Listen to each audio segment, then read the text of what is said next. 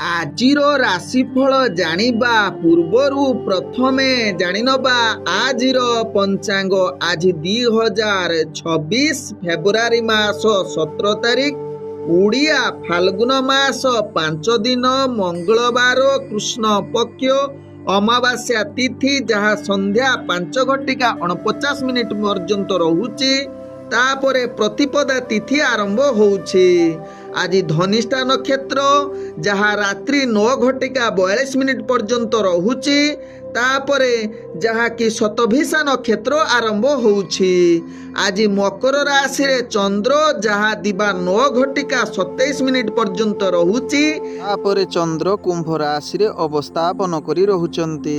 ଆଜି ସୂର୍ଯ୍ୟ ଉଦୟ ହେଉଛନ୍ତି, ଯାହା ପ୍ରାପ୍ତ 6:16 ସେଇଭଳି ସୂର୍ଯ୍ୟ ଅସ୍ତ ହେଉଛନ୍ତି ଅପରାହ୍ନ 5:41।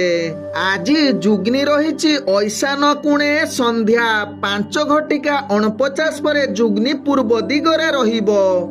ଆଜି ଘାତ ଚନ୍ଦ୍ର ରହିଛି ସିଂହ ରାଶି ବ୍ୟକ୍ତିଙ୍କର, ଯାହା ଦିବା 9:27 ପର୍ଯ୍ୟନ୍ତ। ତାପରେ ଘାତ ଚନ୍ଦ୍ର ରହିବ ମିଥୁନ ରାଶି ବ୍ୟକ୍ତି ଏବଂ ମୀନ ରାଶି ବ୍ୟକ୍ତିଙ୍କର।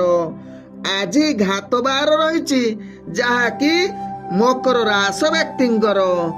ଆଜି ମୂର୍ତ୍ତ ବ୍ୟକ୍ତିର, ଯାହାକି ଏକପାଦ ପୁଷ୍କର ଦୋଷ ଫଳ ରହୁଛି କୃଷି ସନ୍ତାନ ହାନି।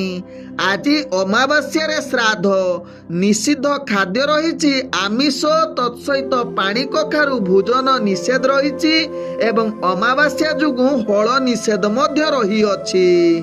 ଆଜିର ଅଶୁଭ ବେଳା, ଯାହା ଦିବା 7:50 ଦିବା 9:24 ମଧ୍ୟ ରହିଛି 12 ବେଳା।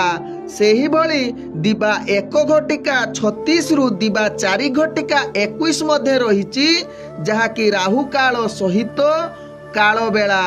ସେହିଭଳି ରାତ୍ରି 7:15 ରାତ୍ରି 8:49 ମଧ୍ୟ ରହିଛି କାଳରାତ୍ରି। ତେଣୁ କାଳରାତ୍ରି, 12 ବେଳା ଏବଂ କାଳ ବେଳା ତତ୍ସହିତ ରାହୁ କାଳ ସମୟରେ କୌଣସି ଶୁଭ କାର୍ଯ୍ୟ କରନ୍ତୁ ନାହିଁ।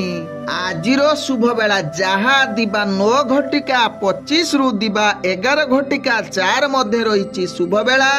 ସେହିଭଳି ଦିବା 4:22 ଅପରାହ୍ନ 5:41 ମଧ୍ୟ ରହିଛି ଶୁଭ ବେଳା। ସେହିଭଳି ସୂର୍ଯ୍ୟାସ୍ତରୁ ରାତ୍ରି 6:30 ମଧ୍ୟ ରହିଛି ଶୁଭ ବେଳା। ସେହିଭଳି ରାତ୍ରି 8:53 ରାତ୍ରି 11 ମଧ୍ୟ ରହିଛି ଶୁଭ ବେଳା। ସେହିଭଳି ରାତ୍ରି 1:41 ଶେଷ ରାତ୍ରି 3:17 ମଧ୍ୟ ରହିଛି ଶୁଭ ବେଳା। ତେବେ ଚାଲନ୍ତୁ ଜାଣିବା ଆଜିର ରାଶିଫଳ, ଯାହା ଚନ୍ଦ୍ରଗୋଚର ଗଣନା ଦ୍ୱାରା ଜାଣିବା ମେଷ ଠାରୁ ମୀନ ରାଶି ପର୍ଯ୍ୟନ୍ତ।